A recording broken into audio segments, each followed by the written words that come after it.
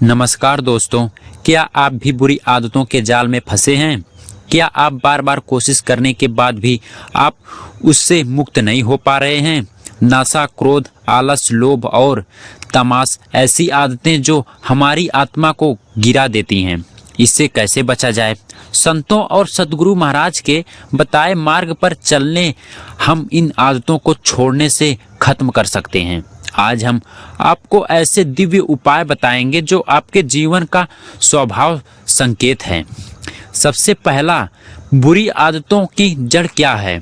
बुरी आदतों सिर्फ बाहरी कर्म नहीं होती, ये हमारे मन की गहराई में छिपी वासनाओं और संस्कारों से जन्म लेती हैं। जब तक हम उनकी जड़ तक नहीं पहुंचेंगे तब तक उससे मुक्ति नहीं मिलेगी। सतगुरु महाराज कहते हैं, आदतों का जन्म हमारे मन के विचार से होता है। जिस तरह बीज से वृक्ष बनता है वैसे ही विचार से आदत बनती है। अगर हम अपने विचार को शुद्ध कर लें तो आदतें भी शुद्ध हो जाएंगी। सतगुरु महाराज की शरण में जाना क्यों जरूरी है? बुरी आदतें छोड़ना सिर्फ इच्छा शक्ति का खेल नहीं है। कई बार मनुष्य संकल्प तो ले लेता है लेकिन बार बार हार जाता है। इसका कारण है आत्मबल की कमी। संत कहते हैं, जिनके पास सतगुरु का सहारा होता है वह कभी डगमगाता नहीं।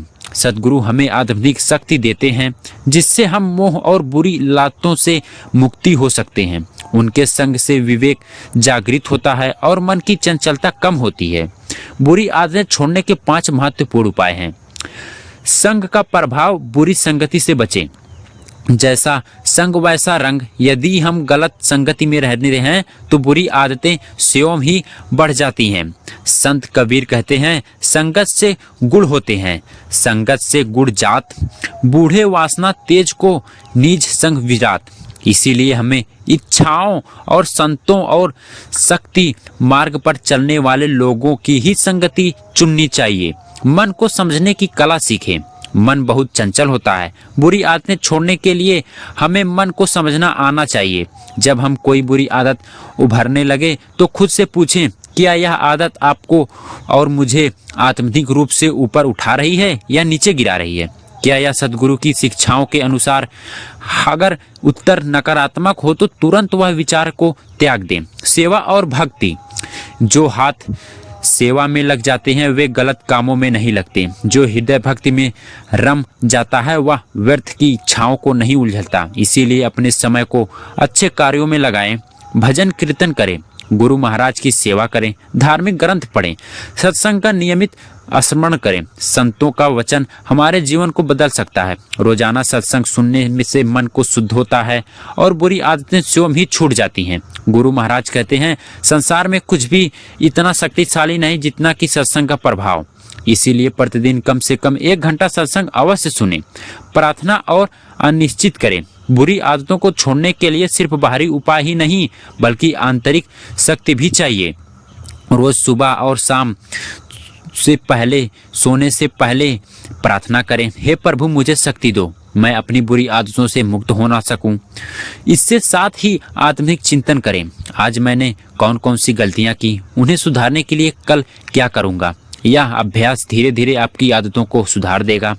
मन की दृश्य बनाए, हार ना माने। बुरी आदतें तुरंत छूट जाती हैं। कई बार हमें गिरने, लेकिन हिम्मत मत हारिए। सदगुरु कहते हैं, जो बार बार गिरता है लेकिन उठकर फिर से प्रयास करता है वही सच्चा साधक होता है। अगर आप इस बार असफल हुए हैं तो निराश मत हो बल्कि और अधिक संकल्प लें और आगे बढ़ें। गुरु महाराज का आशीर्वाद अंतिम मार्गदर्शन है। अगर आप सच्चे हृदय से प्रयास करेंगे तो सदगुरु महाराज की कृपा से आप अवश्य सफलता मिलेगी। उनकी शरण में जाने से हर समस्या का हल मिल जाता है। बस अपने अंदर श्रद्धा और संपूर्ण बनाए रखें।